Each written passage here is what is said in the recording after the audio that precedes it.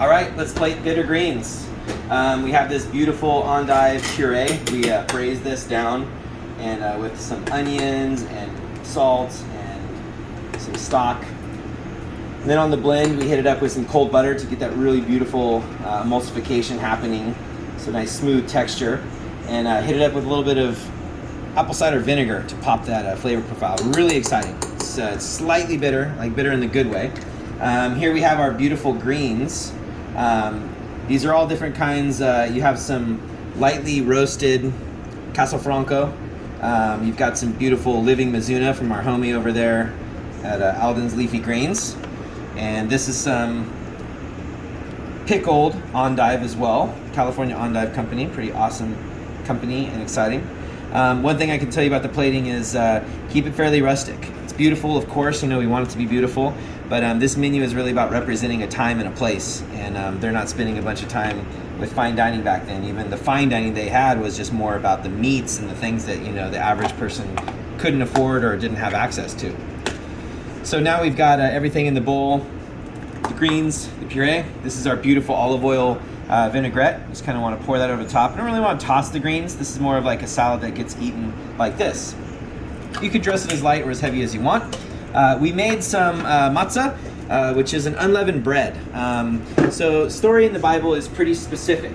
Unleavened bread was the only thing available for anything with worship. So when we make this, anything longer than 18 minutes, which I learned today, by the way, from one of my staff members, that's how rad the team is here. Justin told me about this, and it's neat. Anything over 18 minutes and it could spontaneously ferment, which means it's no longer unleavened. So there you go, pretty cool. So we make the matzah. We have some pistachios in here, and then little honey as well. And it's this very crispy, crunchy kind of grimoire thing. It's fantastic. And you can pour that kind of around the plate. I prefer not to put it on top, so I can choose how much I want to put into the bowl. And here we go. We got bitter greens salad. Pretty fun. Wine pairing. Hold on. Sorry, I had to down that. It was terrible. Just kidding, it was really good. And I wanted to down it. This is Max and Grunhauser, his monopole. So this means this vineyard that this comes from is only theirs. They're the only one that can make wine from it. They're in the Mosel. Very old house, makes very iconic style. This is an off-dry, so lightly sweet, but more acid than not. And it plays really nice off the bitterness of the greens. All right, we're gonna get into carrots now for you. We love Nance carrot. They're one of our favorites throughout the whole year. And we got this really beautiful kind of salad-y kind of thing to this. So here we go. We've got some beautiful roasted. These are cured first for a while and then roasted in the wood fire oven just until done, so they have nice texture. You also have some pickled carrots in there. We're gonna start off with this charosset. Charosset. This is a very ancient thing that I had no idea what it was. Super excited to research it. It's traditionally made with apple and some sort of nuts and dried fruit with wine. This one is carrots and walnuts and pink peppercorn and dried cherries. So kind of fun.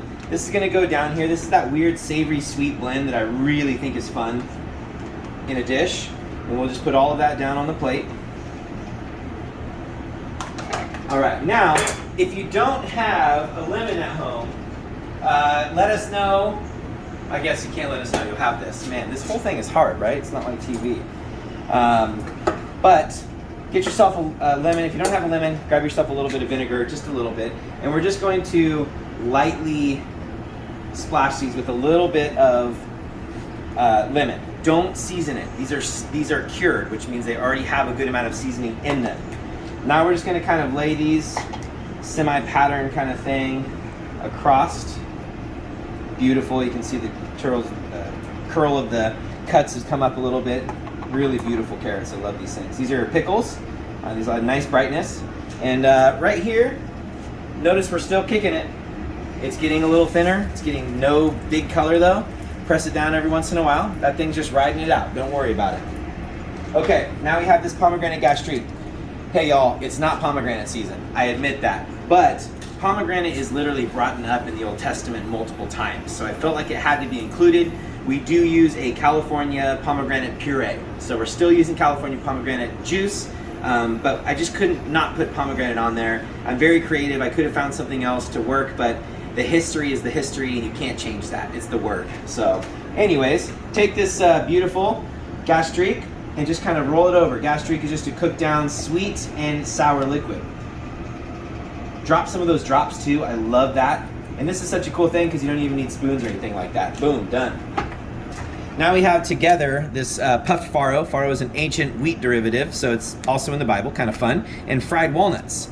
And this is for nice texture, and that walnut flavor is going to pop with the walnuts that are in the haroset. I'm going to have to figure out how to say that the right way. And add some really great texture, some really great crunch. And then, of course, you know, because we like things pretty up in here, we got these little carrot fronds, and they taste delicious too. So they're not just on there because they're cool looking. They really do have wonderful carrot flavor. We always like to place our greens at localis like they're growing out of somewhere. I don't just like them on top of stuff. I want them to look organic, like they're actually on the plate for a reason. Maybe they're sprouting up out of this little, I feel like Bob the Painter, right? Happy little tree, happy little carrot front here. But nonetheless, there you go. Your dish is done. So pretty easy peasy. I think it's very beautiful. It's very delicious. We absolutely love this course. And so sorry. See, I have to pound this wine, otherwise I can't pour the next wine in, and then what are we gonna do, you know? Max and Grünhauser makes just incredible Riesling. I love his Rieslings. And the bitter greens are like perfect blend. They play with the wine. It's not just, you know, two flavors. The Max and Grünhauser loses sweetness.